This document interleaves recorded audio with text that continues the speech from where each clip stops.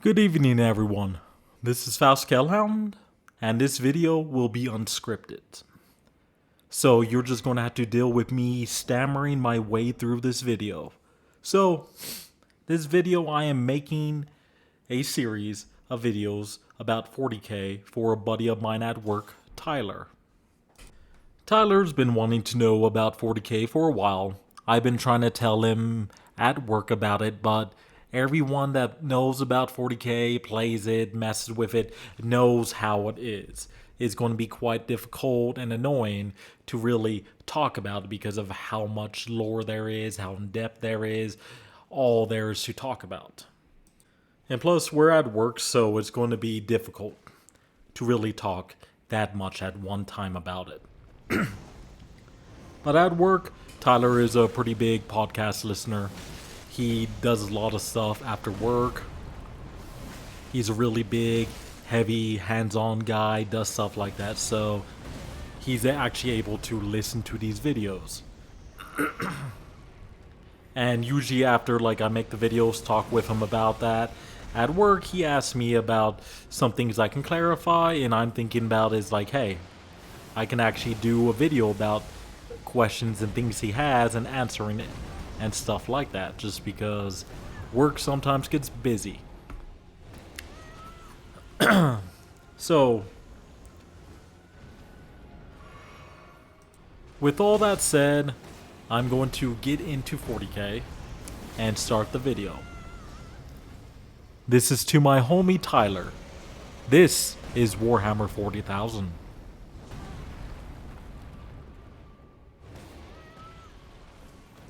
Hey, what's up, man? So, what I'm going to be doing is talking about 40k in general, the current setting. Because I've talked about the past, I've talked about a few different groups and what they've done. So I'm actually going to be talking about the current state of Warhammer, the lore, the current state. So, with the current state of Warhammer 40,000, so there is a big, giant, crazy warp storm rip in space that happened. The Cicatrix Maledictum. That is what it's called. It is a very hard word to say. Cicatrix Maledictum. So it's crazy. Cicatrix. And then Maledictum, so Maledictum.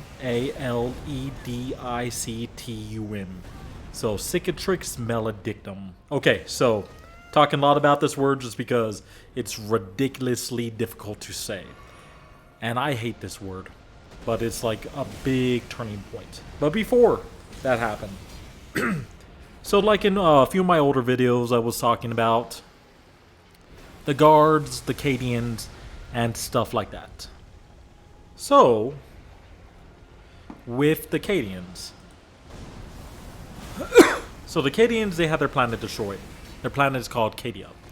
Their planet is kind of like a fortress world that is right next, that is very close to the Eye of Terror. Not the Eye of Terror, that's something different. The Eye of Terror, like scariness, terror, raw. But terror. So, they live really close to that. So, what it is a rip in normal space that... so, a rip in normal space that happened with the birth of the Chaos God Slaanesh. So, the Eldar Empire, a different race I will get into a little bit more, because one of my buddies that I play with quite a lot, he is huge about... Well, he's a big Eldar player, so I've learned a lot of Eldar. Lore, knowledge, things through him. But with that is, so the heart of the Eldar Empire was there. And the god Slaanesh is a god of excess and pleasure. And that's pretty much what the... the kingdom, or just the empire of the Eldar was all about. Was excess and... I completely forgot the word that I was going to say. Okay, so excess and pleasure. And they literally did so much of that stuff, and they literally murdered, blood orgied a god into existence. Which sounds weird, but yeah, that's 40k. I've already explained like the warp and everything to you. So with that, the Eldar was all their empire was pretty much destroyed, and there's very, very few of them left. So what happened eventually was humanity spread out across, and then they landed on this planet. And this planet was actually, it's like, hey, they could live there. So they started living there, and then during the what's that called? The Horus Heresy and everything, they're there. But after the Horus Heresy, is a lot of the Chaos people went to the Eye of Terror. So they set up Cadia, where Cadia would be a fortress world, a guardian, preventing as much as they can from leaving the Eye of Terror. So they would actually have to go different directions, or they would have to do like something else so they could get out of the Eye of Terror.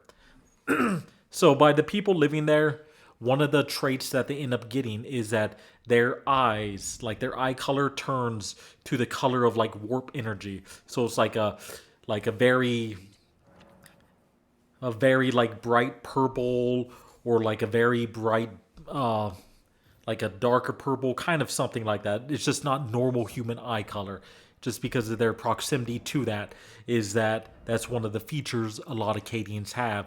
They have purple eyes, or like glowing purple eyes of some sort, which a lot of people don't know about the lore. So with that, so they turn that into the fortress world. They're there.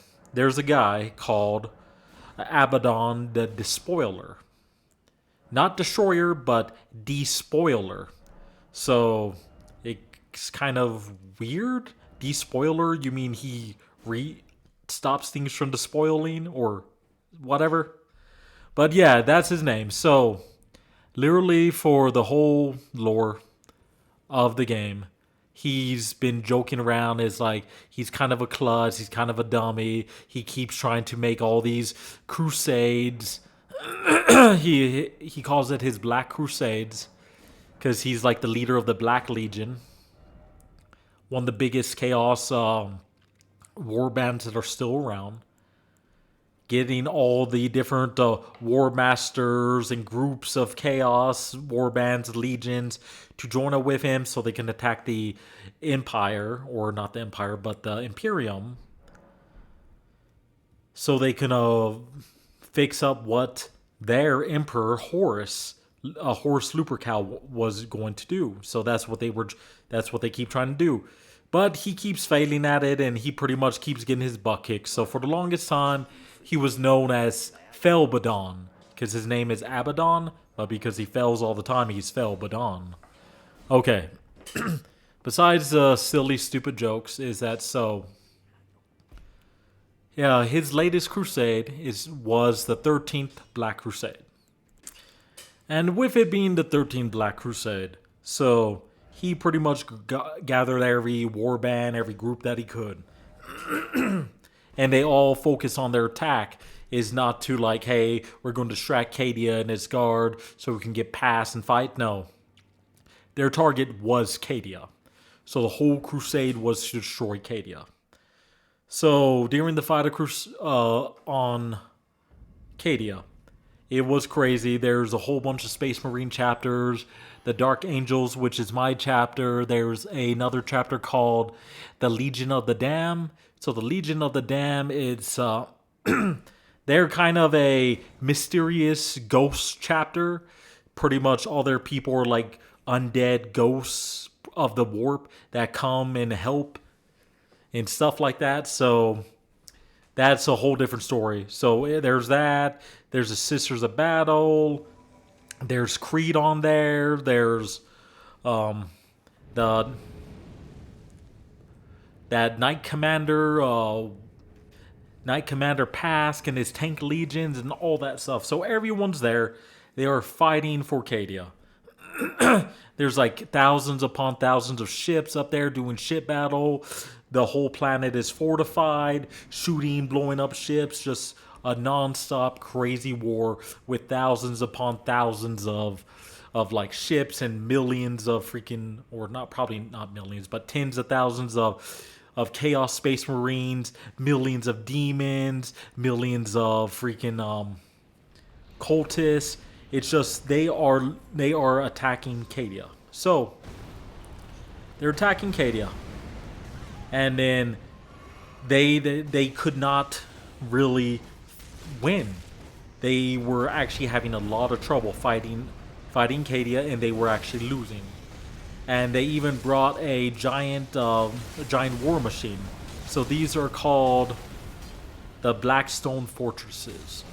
So the Blackstone Fortresses were made by a different race, different group of people so long ago. But what they are giant, massive massive space station level ships. We're talking about like hundreds upon hundreds of these massive, like mile, like 2, 3, 15-kilometer long spaceships could easily dock into like a Blackstone fortress. Like hundreds of them can do that easily. So we're talking about something that is like the size, that's like half the size of the moon. It is massive. It is hard to really comprehend the size of it, because we have nothing at all that would even be close to that size of how big it is. But so it's a massive spaceship that also is a super powerful weapon that can destroy that destroys planets and things like that. So it's like the Death Star, but so much, but more grim and dark and everything. So kind of like that. So what happens? They have that out. They're using that to fight, and the 13th Black Crusade is failing. They're losing. Chaos is freaking out. Abaddon, in a last-ditch effort, decides to, is like, you know what? I'm going to crash this into Cadia. So he sacrifices one of his big, massive toys. The big, massive new toy, crash it into Cadia. So when he crashed into it, this thing is so big, it literally cracks the planet in half, and the planet starts crumbling apart. And then with that happen, Cadia was destroyed. What they did not know until after Cadia was destroyed is in Cadia there was a whole bunch of these giant big black obelisks and stones just like sunk into the planet. And they really never knew what they were. They really could not destroy them, so they just built around them, built over them. They didn't care. It's just like, hey, we need this planet because it's a good place. We can fortify it, and it actually has a lot of. And they knew that the Black Stones did give resistance to like warp energies and entities, so it made them weaker. So after.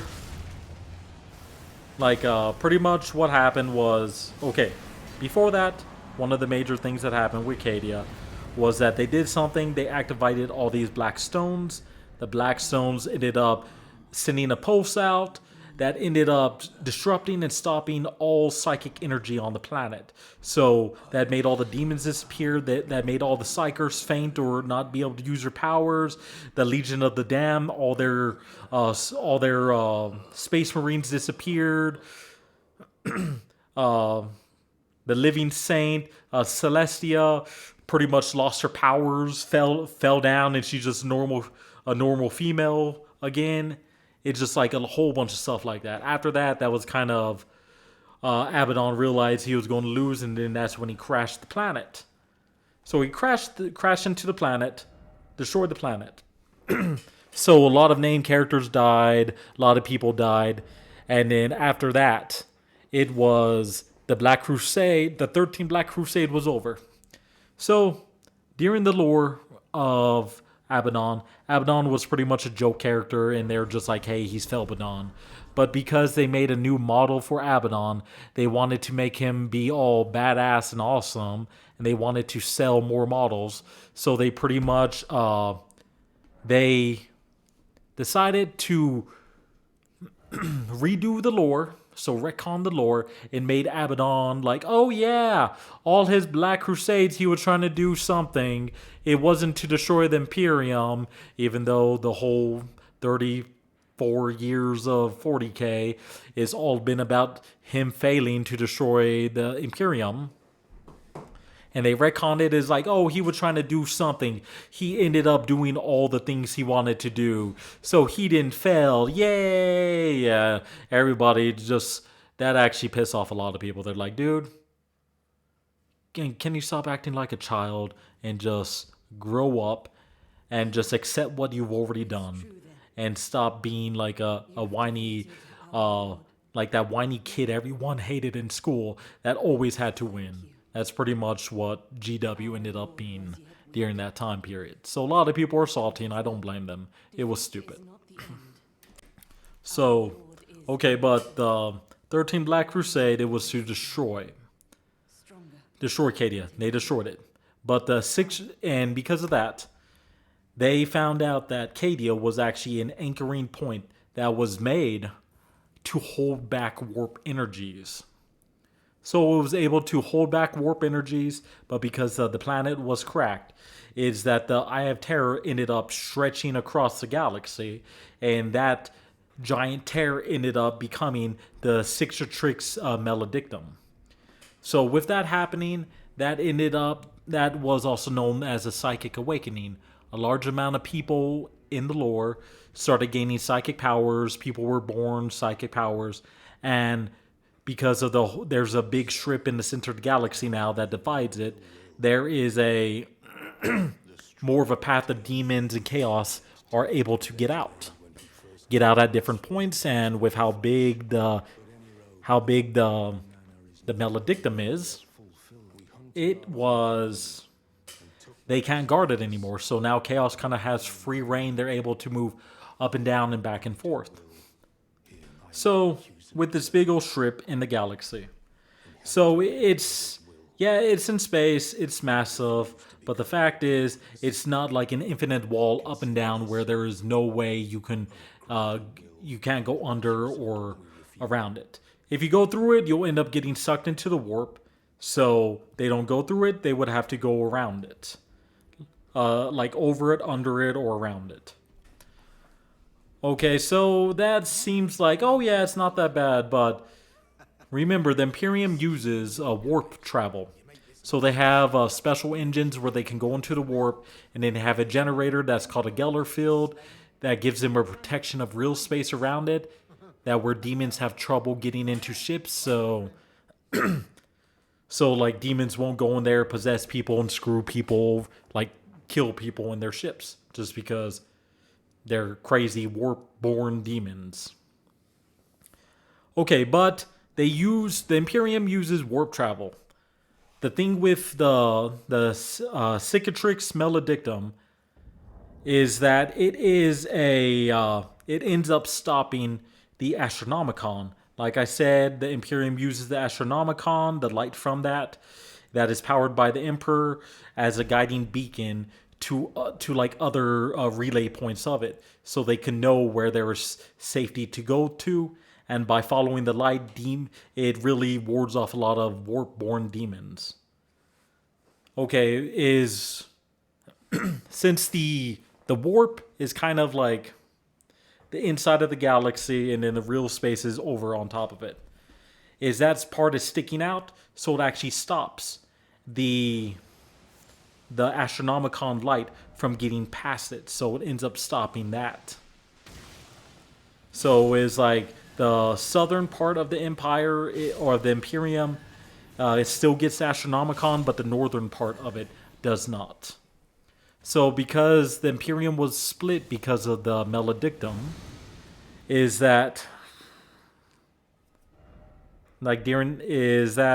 so they're split, so there is now the southern and northern Imperium.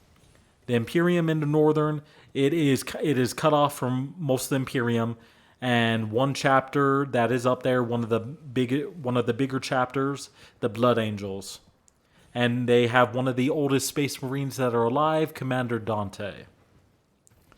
So Commander Dante was pretty much given the mantle of Lord Commander of the of the northern Imperium. So he's pretty much the leader of that, and with them being cut off from the Astronomicon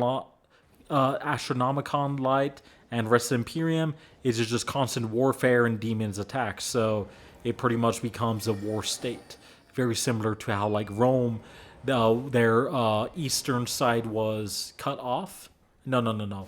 Their western side was no. I am right. Their eastern side was cut off from the western side, and it just pretty much became nonstop fighting for years and years until they ended up falling. Okay, but back to the lore. Is so like pretty much when Katie is falling and everything, is what happened was there was a group of people. It was an Eldar chick called Yervain, a guy from the Dark Angels called Cypher, and then an Inquisitor called Grey Fox. Okay, so they're all pretty much this weird ragtag group of people that hate each other. Ended up doing some stuff, doing some crazy magic, and reviving a Primarch. So a Primarch is, like I've said, it is one of the Emperor's sons that the Emperor made, and all the crazy stuff happened. So the Primarch that was revived was called Rubute Gilliman. A lot of people make fun of him. They have different names and joke names for him and everything. But I'm not going to really talk about it right now because this isn't Smash Rubute Gilliman night. So, Rubute is the Primarch of the Ultramarines. He is one of the Primarchs that when the Emperor found him, he had a multiple planet, multiple system empire already going on. Multiple planets already under him, stuff like that. He already started his own little empire. And when he saw the Emperor, because he was talking to him like through psychic ways and everything, he knew who the Emperor was. Emperor came, he just went up to the Emperor, bowed down, and is like, hey, all my empire, everything is yours. I already know who you are, so I am here to help you out and use all my resources. And they were accepting empire, no fighting, no really anything. They just like, here's our stuff. So Rubute Gilliman was during the Horus Heresy. An assassin went up there, attacked him, and pretty much slit his throat with a Chaos Blade. That where he was unable to heal from it, and he was dying. He was on his throne, so to like save himself is that he hit a button. Like he was on his throne, he had that happen, hit a button, a big ol' stasis bubble happened around him. So he has been in stasis for over 10,000 years. And then the group of the ragtag people, they went over there, they did some crazy stuff. I don't remember exactly what happened, but they ended up reviving him. And by reviving him is that he's kind of stuck in his plot armor. Like his armor is what is keeping him alive, so we can never take that off, or he will end up dying. So he's stuck in his armor. He is now in the Imperium. So he sees what happens to his father's Imperium, and he is actually very sad and depressed because Imperium kind of went the wrong way that the Emperor wanted it. He wanted to have a secular empire where there was like no religion, no faith, no nothing like that. And what happened, it is went completely the different way. It is just a huge faith-based imperial cult, the cult of Mars, things like that. And it's just like, yeah, it's all about that. Super religious, backwards, everything like that. It's just like, it's not good. Because they've literally reverted, went downhill. So he saw that, but Gilliman, he's actually in the lore, he's a smart guy. He saw what's happening, and he knows that he cannot shut off the stuff right away. He can't cut it all off. Because he knows the Imperium will fall apart.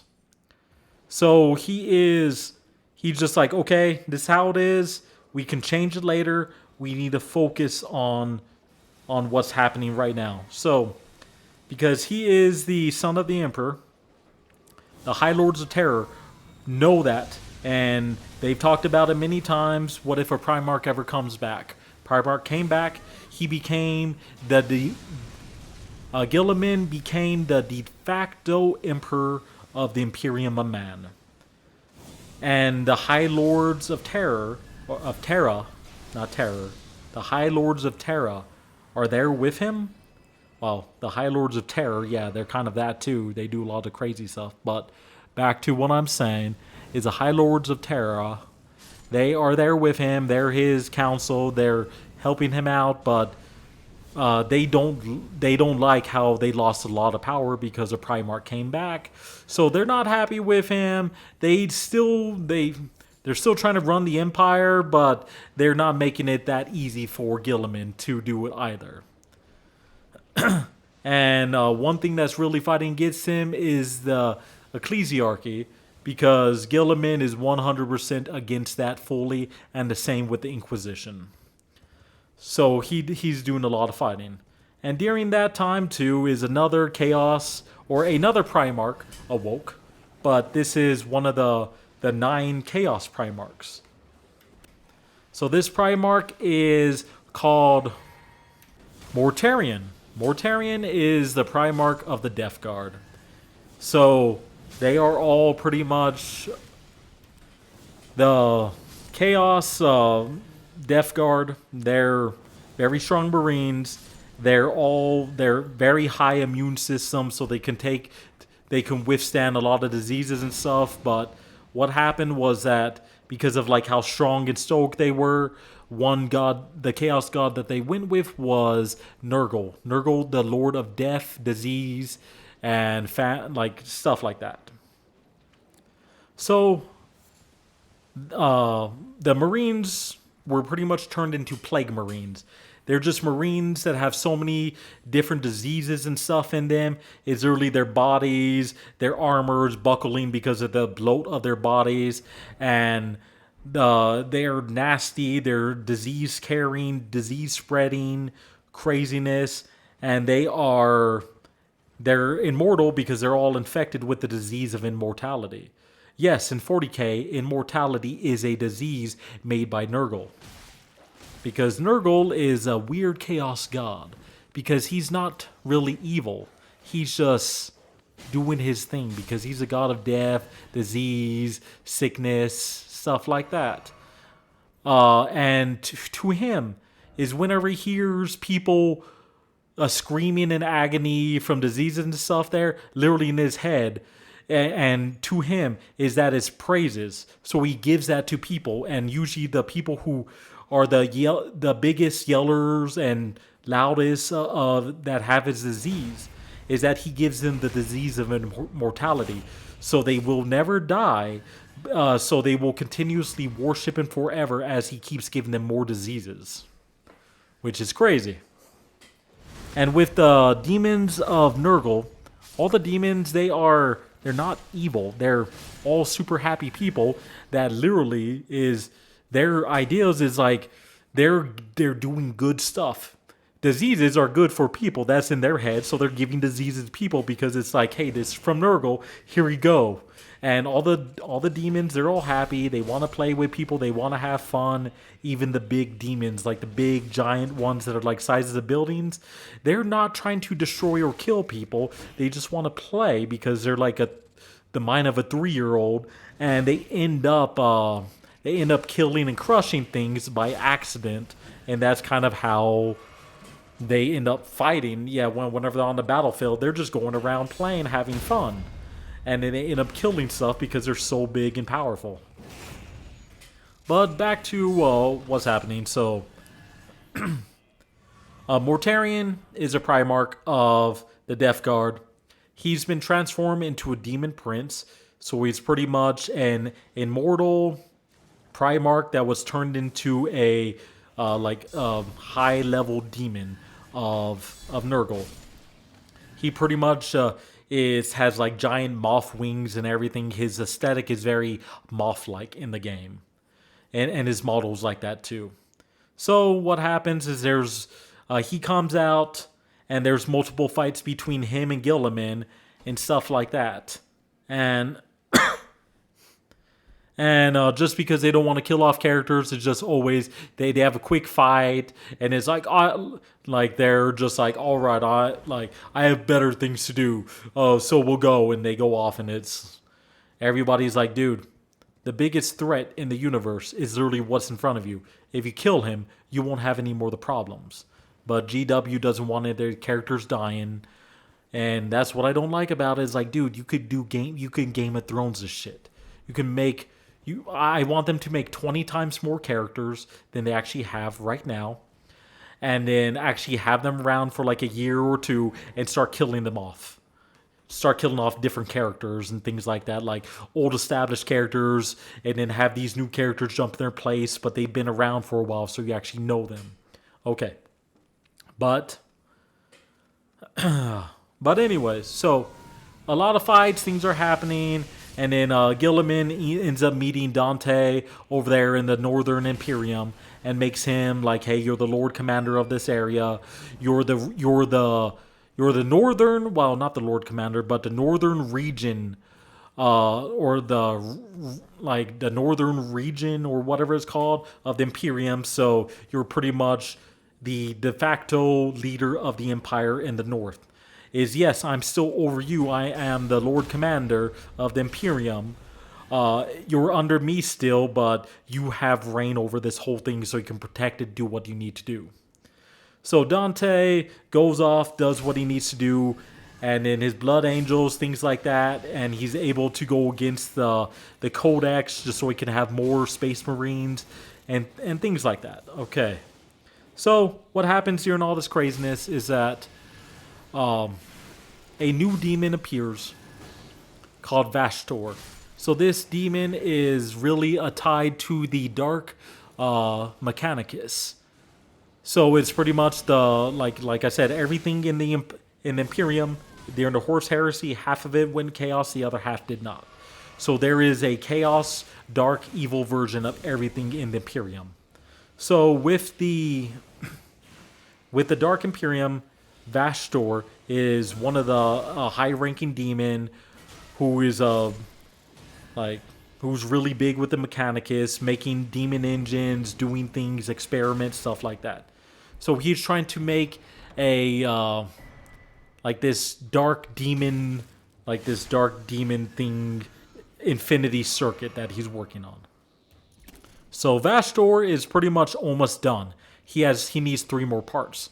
That's when he meets up with Abaddon, and then him and Abaddon, after the 13th Black Crusade, they go off and they're going on an adventure to get the stuff. One of the stops that they had to go to was the Rock, and they had to go in there and find something in the Rock. We don't know what they're looking for, but there's these 3 MacGuffins that they're looking for that Vashtor needs because he is trying to become a Chaos God. And with this demon infinity circuit that he's working on, he will become a Chaos God. So with that, he is working with Abaddon.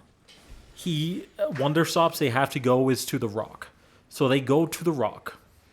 And then it is the Black Legion is fighting the Rock. And then there's several different... And the Rock's being attacked. They send out a distress signal just so that other chapters will come and help them. And yes, a lot of the Dark Angels are attacked. The Rock is attacked. That's their head base. And because the Dark Angels, they still are considered the First Legion, and everyone that's their successor chapter is the First Legion also. So any of their successor chapters are the first ones to respond. So we're talking about there's already several different chapters there fighting with them. And then there's other chapters that went there to help them that are not affiliated with the Dark Angels, that are not one of their successors. So during this time when the Rock is attacked, the leader of the Dark Angels, Azrael, the Supreme Grand Master of the First Legion, he went through the process of becoming a Primaris Marine. So just pretty much a stronger, better version of the Marines that was made by a Adeptus Mechanicus, one of their highest ranking people, Belisarius Call. He was a guy who worked with Gilliman over 10,000 years ago to make the Primaris Marines. But we'll get into that travesty later. So he went through the process of becoming a Primaris Marine, Azrael. And so he is recovering because at first it was a very, very deadly, risky experiment to like cross the Rubicon. That is what it's called, to become a Primaris Marine. So crossing the Rubicon is another Roman thing that happened. For everyone else that is listening, please just research Roman history crossing the Rubicon. Tyler is smart enough where he already knows this. Okay, so it's very similar to that, like the point of no return. So it was very deadly at first. Over time, they've experimented it and they've made it that where it's safe, that where pretty much any Marine can easily become Primaris with no risk of death. It will give you time. There's going to be a recovery time even for a Space Marine. So he is recovering during that time. All this craziness is happening. So Samael and Belial, they're looking at each other as like, oh crap, we need to defend. So they take place. They start fighting. They're doing all their craziness. Vastor sneaks into the rock. He's sneaking, being all super stealthy and everything. We're talking about this demon. Demons, they pretty much can make their size. So normally this guy is like big. This guy is probably like 20 feet tall. But because he's made out of warp energy and he's a powerful enough demon where he can adjust his size, he became smaller so he could go through the rock. So he's moving through the rock and everything. And then he's looking for some stuff. And because the Dark Angels, they are the one Xenos race that they are chill with, works with, are the Watchers in the Dark. Because they've always been in their history, they're always around, and they're willing to help out. So it's like, hey, we will utilize them. So they're roaming around in the rock, and whenever anyone sees any of the Watchers of the Dark, like the actual Dark Angels, they stand clear. They're like, hey, you do what you want. I'm told to never mess with you guys, never do anything there, and if you guys call us, we come running, kind of thing. So they're roaming around. No one messes with them. No one touches them. If they tag along with you, they tag along with you. If they call you, you go, because there's a reason why they're calling you. So the Watchers in the Dark going around, Vastor's going around, and then he sees one of the Watchers in the Dark. Vastor damn near shits himself. And then runs. Because the Watchers in the Dark, they are a extremely powerful anti-warp species. Like, they are very, very powerful anti-warp. They're able to use like the anti-warp to kill people. And they're like in the game, if the Terminators and certain units have Watchers in the Dark. Watchers in the Dark it will be a model that goes around with it, and you can remove the model from the tabletop, and that originally is whenever a psychic power attacks that unit that has a Watcher in the Dark or anyone near it, you can remove the Watcher in the Dark, and that power is shut off automatically. It just straight up stops that psychic power from happening, because they use their power, bloop, and then they're gone. In the actual lore, yeah, they stay around because they can keep doing it, but in the actual game, that is extremely powerful. Like a unit that can just instantly stop any psychic powers from happening to the units it's in is a very, very powerful thing in the game. But just because to prevent that from being so overpowered, you can only use it once. The model there, you remove the model, it's used up. That unit cannot use that anymore for the rest of the game. So Vastor sees that. He understands how powerful they are. He runs. He gets out of there. He runs. he lets Abaddon know we have to get out of here now, and they back off and they all leave. So Vastor was not able to get his prize, but he found out that it was in the rock, his prize. But during that time, is the rock, they had a guy called Luther that was in there. He disappeared after that attack. So they're thinking they let him free or they took him. And because of that and the crazy stuff and the rock being attacked, is Lionel Johnson, the Primarch of the Dark Angels, wakes up. So he wakes up and he finds out that he has the power to pretty much open up like small warp gates that where he can walk through and go to like different planets and things like that. And it's pretty much called Force. Like his power is called Force Walk, because to him he's literally walking through a forest. Like he's walking through a little door or portal opens up and it's a forest. Multiple people can go through, and then they walk through the forest and they pop up into another place. So that's his power. That's kind of how he manifested it. So Lionel Johnson wakes up. He's going around. He sees Marines that are known as the Fallen. They are Space Marines or Dark Angel Marines who were part of the Dark Angels who were sucked up into the warp and they were spit out different times. So because they were spit out at like the warp, time doesn't really exist in the warp. So it's just like, to you, your presence could literally be is that you get sucked up and then you're in the warp, and it's for you it's probably like 5 years, and then when you get out of the warp or something, only 5 years pass for you, and then you realize it's like, oh crap, 10,000 years passed, and to you it was only 5 years. Things like that. So time really doesn't exist, and time just like blah blah blah, timey-wimey time stuff in the warp. So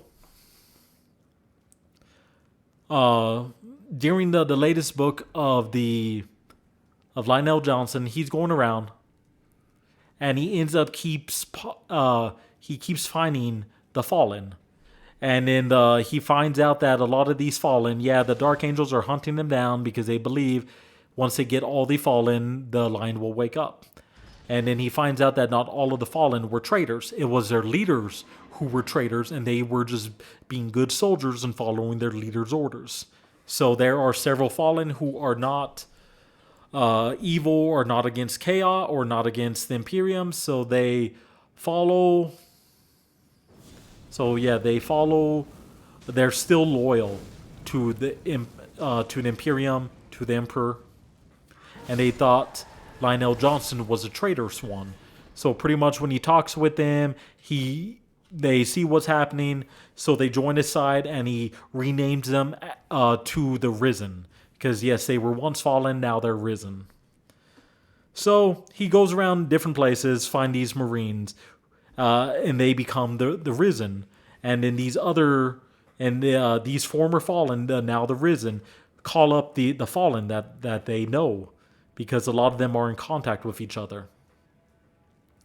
So he finds these people, has them come there, and many of them convince the prior Fallen is like, hey, we made a mistake. Our leaders were the ones that were traitorous. The Lion wasn't traitorous. He's still with Imperium. He's still good. He's loyal. And then so they pretty much go to the Lion, have the Lion forgives them, and then they become the Risen. So there's a big group of them doing that. So eventually is that because of where the Lion is, and then everywhere he goes, he force walks, and he keeps force walking with his group of Risen. And that keeps growing every time he goes to another place, and every time he can meet up with other Risen, stuff like that. Or like Fallen, and then he forgives them, they become the Risen. So his group keeps getting bigger. Eventually, the Risen, their armor is not the current Dark Angel's armor.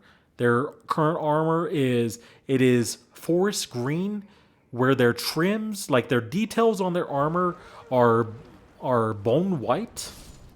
It's a bone white colored, and then the trim of their armors would be silver. So they don't use too much gold. They use more silver and bone white. Okay, so that's their forest green with the details on their armor. None. Yeah, the details is bone white and the trim is silver. So that's the current Dark Angels. The old Dark Angels, their armor was black, where the details were white, were bone white, but the trim, trim and half the details were red. So it's black armor with red and white. So all the Fallen, that's what they have. That's their armor. And the Risen, that's their armor now too, because it's like, hey, this is our armor. We're there. So some of them, they've been out of the warp, or like to them, the fall of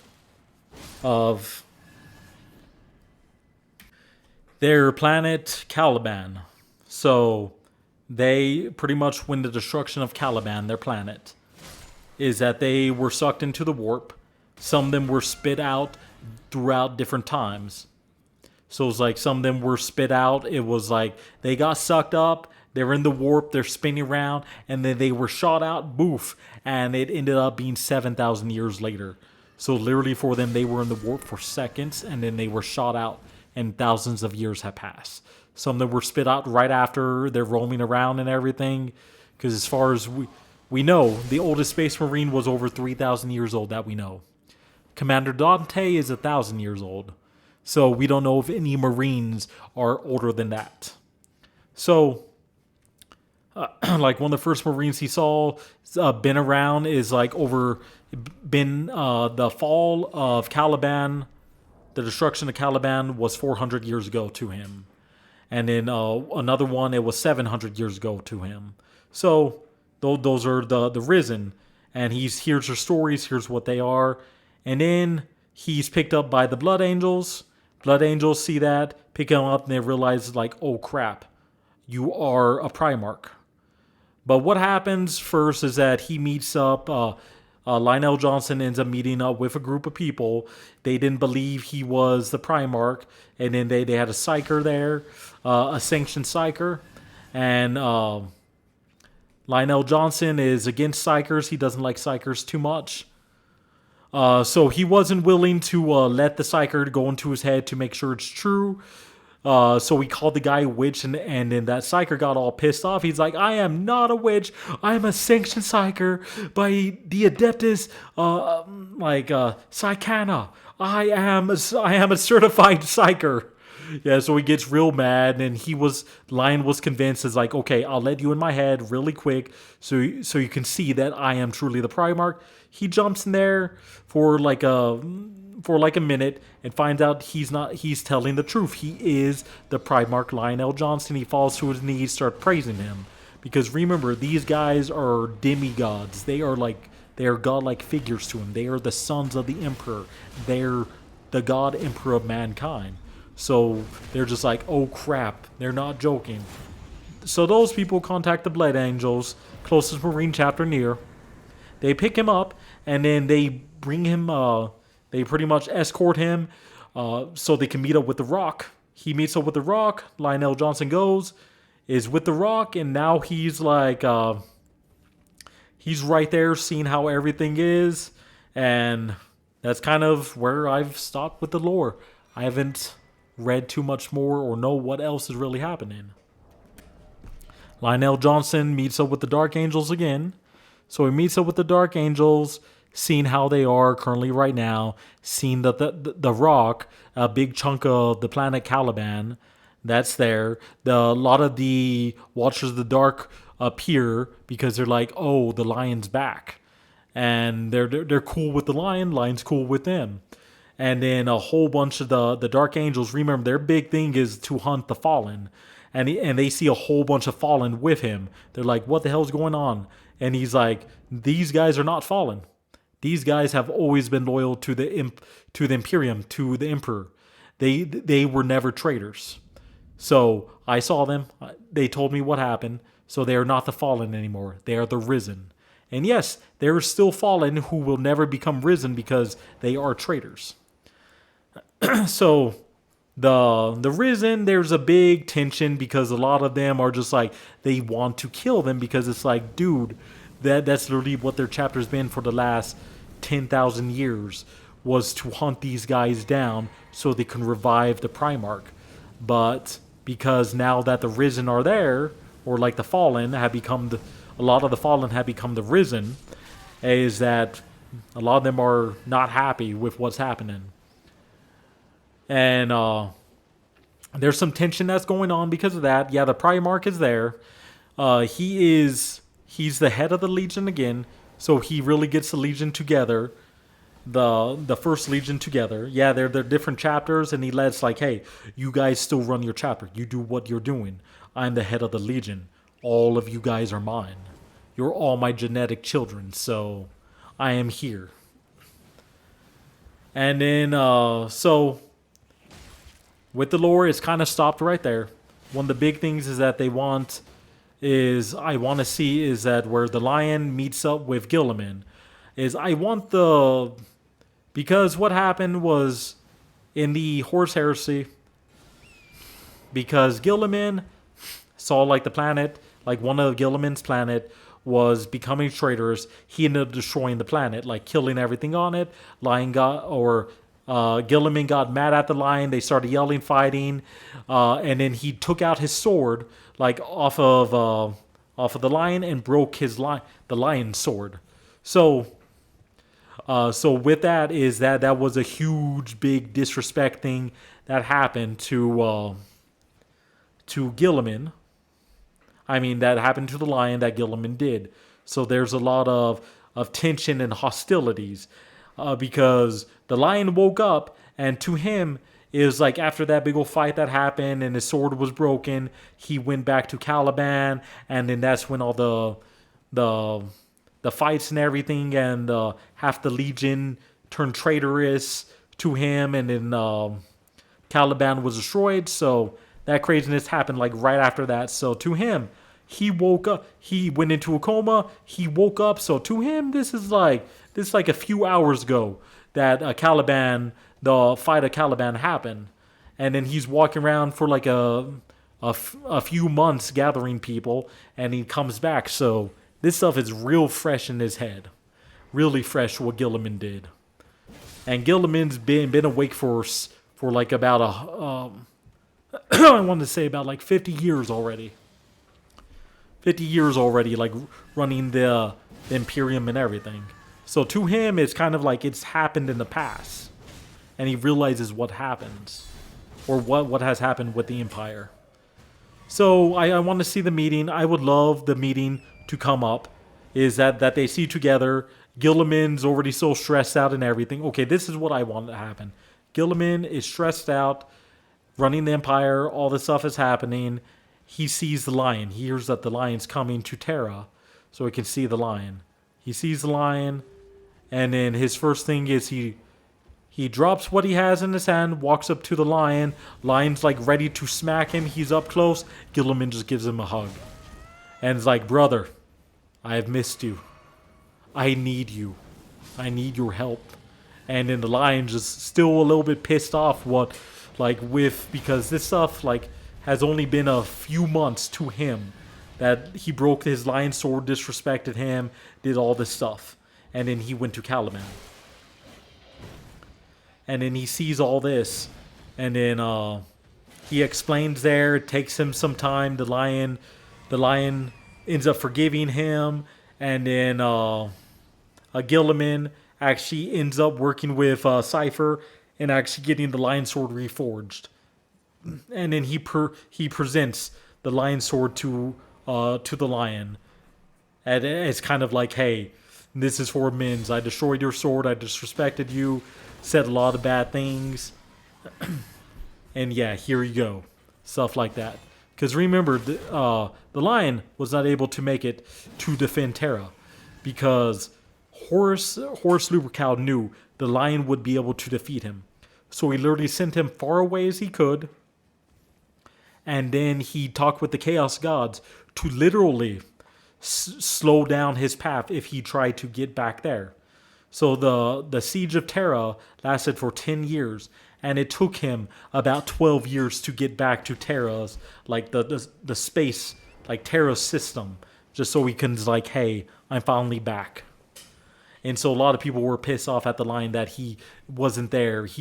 Because if he was there, the emperor would never have had to go up and fight Horus and get put into the Golden Throne.